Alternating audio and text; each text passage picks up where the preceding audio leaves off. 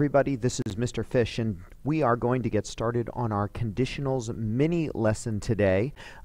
First thing I want you to do is create a new project. I know that your button looks a little bit different than mine. It's yellow, but then you'll get this screen, and I want you to select a blank project. It's going to open up our blank project coding environment window that we are all getting to know and love. And of course, we've got our monster here, who has some pre-built code, and that pre-built code, if we hit play, has our monster walking across the screen and then bouncing off the edge and turning around, and he's just going to keep walking forever and ever and ever. I'm going to go ahead and stop him. Wouldn't it be nice if we could figure out a way for our monster to behave differently in different situations? Right now what we've got is we hit start, it sets the rotation style, and then he continues to loop through this specific process. He animates his walk, he moves 10 pixels, it checks on the edge to see if he needs to bounce and turn the other direction, it waits 5/100ths of a second, and then loops back up to the top and starts again. It's basically one single line of code that the monster is going to follow every single time. The beauty of a conditional in code is that it lets our computer program start to make decisions based on specific conditions that have to be met in order for certain lines of code to be run. So let's build a really quick and easy conditionals program into this sample that comes up. And all of our conditionals are found right up here in the control category. So if I click on that, you can see that the very first topic is conditionals. You've got if, then, and else. And that's what we're going to grab. So what's cool about conditionals, we've got our if, then, and then else, is that it allows the computer program to see whether a specific condition is true. And if that condition is true, then it's going to run the code in the top section of your conditional. But in every other situation, it's going to run what's in the bottom section of your conditional.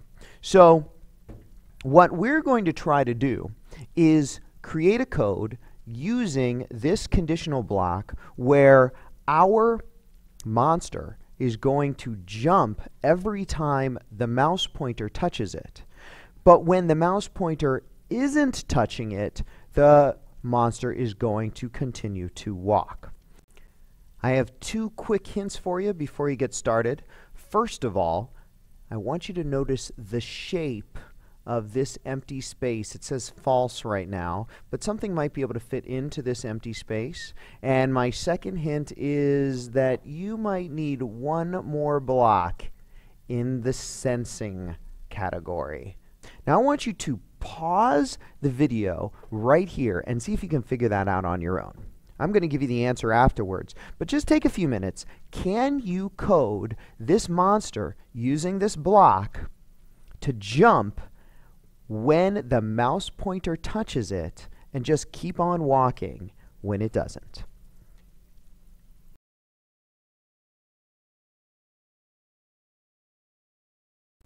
Did you figure it out? Here, let me walk you through it. First thing we need to do is take all of this code. This is the walking code. This is what controls our monster moving back and forth across the screen. I'm going to select it by clicking in the upper left-hand corner of the animate block, and I'm going to drag that into the else section of our conditional. Now I'm going to take our conditional and put it into our forever block. Now it's going to look for something. We don't know what yet. And if that something doesn't happen, it's going to walk. So let's see, our monster goes ahead and walks right now because there's nothing that it's testing in this top section. What we want it to be looking for is if the mouse touches the monster, just like this.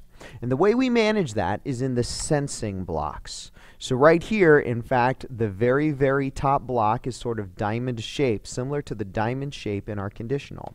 We can grab that touching mouse pointer, pop it into the top of our conditional. Now it says it is going to forever check and see if that monster is touching the mouse pointer. If it is, what do we want to do? We want him to jump. So we're going to grab the animate block, choose jump, and run our program again. Now in this situation, right now, the mouse pointer is not touching the monster, so it's defaulting to the bottom part of our conditional, the else part of our conditional. That's in all other situations. But if our specific situation happens, our mouse pointer touches the monster, then it's going to do that specific code. If I take the mouse pointer away, then our monster starts walking again. And that, folks, is the beauty of conditionals. Great job.